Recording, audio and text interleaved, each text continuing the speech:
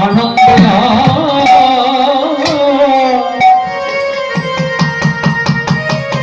এতক্ষণ কত আনন্দ ছিল, বোনকে রাখতে যাচ্ছিল আনন্দ আরে রবে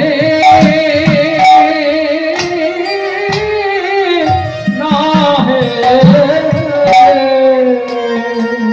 ও গো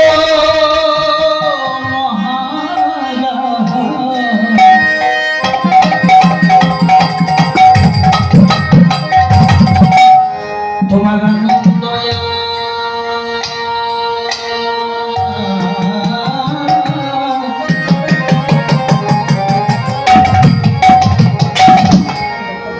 রবে না হে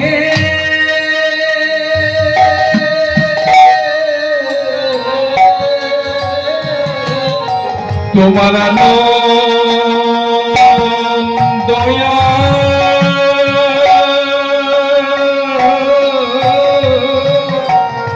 নিরানন্দে তুমি পড়ে রবে তোমার আনন্দ রবে না নিরানন্দে তুমি পড়ে রবে তোমার আনন্দ রবে না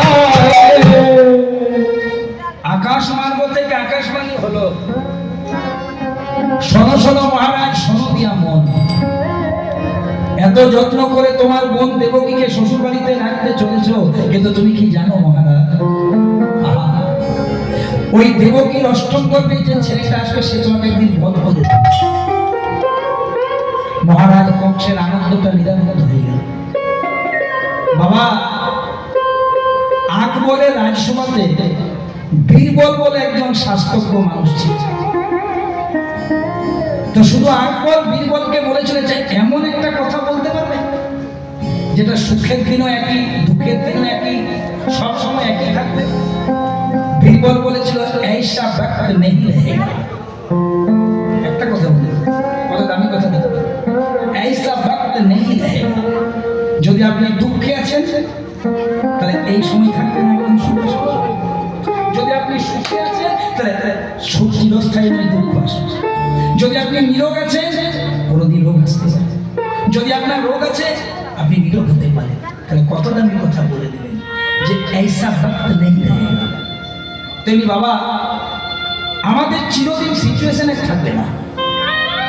আজকে যে রাজা ধীরাজ কাল সে ভিক্ষা চায়, মনে রেখো যে চিরদিন কারো সমান নাই। ওই জন্য আর যাই করো বাবা, অহংকার করো না। এই দেহটারও কোনো দাম নেই মা, এই দেহটারও কোনো দাম নেই। আজ থেকে 18 বছর আগে যখন আমি এসেছিলাম, আমার চেহারা সত্যি অনেক ভালো ছিল। আজকে আমাকে ইন্দ্রজিৎ সিং আমার ফুল হয়, আমাকে বলছে क्या हो गया, तबीयत ठीक नहीं क्या? হ্যাঁ বাবা, 17 বছরের আগে সব্যসাচী আর 17 বছরের পরে সব্যসাচী চেহারা এক থাকে, কারো থাকবে না, কারো না। এরপরে চুল পাকবে, দাঁত মরে যাবে। এটাই তো সময়। ওই জন্য কর্মটা ভালো করে যাও। কেউ চিরদিন থাকতে আসে না সংসারে। যদি তুমি এই হরি সেবাতে তোমার জীবন নিয়োজিত করে রাখো, চাকুরিয়ার থেকে তোমার মৃত্যু হবে একদিন, কিন্তু বলবে জানিস ওই লোকটা ছিল বলে আমাদের এখানে কীর্তনটা হতো।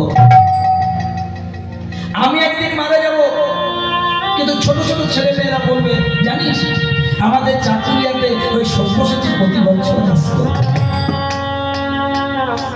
মানুষ জন্মে টাকা পয়সায় ধনে বাঁচে না বাবা, বাঁচে তার কর্ম।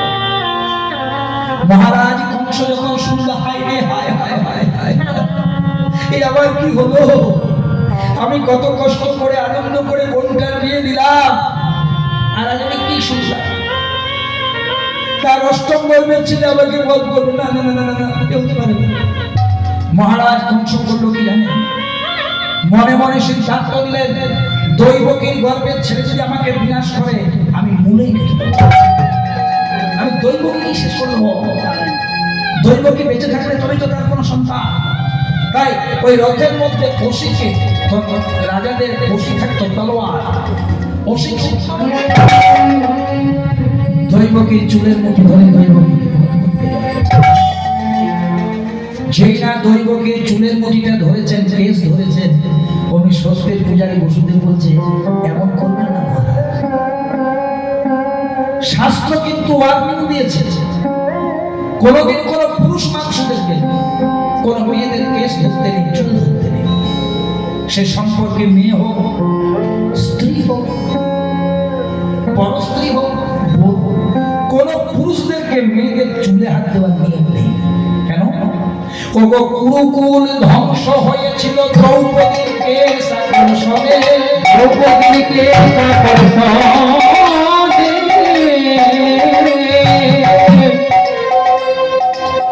রামায়ণে রাবণ রাজা হয়েছিল ধ্বংস, হয়েছিল ধ্বংস।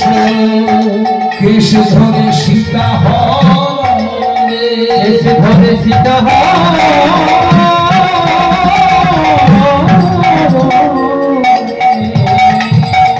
বধ করবেন না মহারাজ, কেশ ধরে বধ করবেন না। আপনার বোনের কোনো দোষ নেই, দোষ হচ্ছে দৈবকীর অষ্টম গর্ভে ছিল। আকাশ মার্গ থেকে আকাশবাণী হলো যে দৈবকীর অষ্টম গর্ভে যে আসলে সে আপনাকে বধ করবে। আই প্রমিস ইউ, আমি কথা দিলাম। ওই দৈবকীর অষ্টম গর্ভের ছেলেটা যখন জন্মগ্রহণ করবে আমি তাকে আপনার হাতে তুলে দেব। মহারাজ কংস বলছে আমি জানি বসুদেব তুমি সত্যবাদী, তুমি কথা পালন করবে, কিন্তু অষ্টম গর্ভের ছেলেটা ধরো যদি অষ্টমে না আসে প্রথম গর্ভে আসে, সন্তানটাকে তুলে দেবো। যদি প্রথমে না আসে দ্বিতীয় আসে, সন্তানটাকে তুলে দেবো।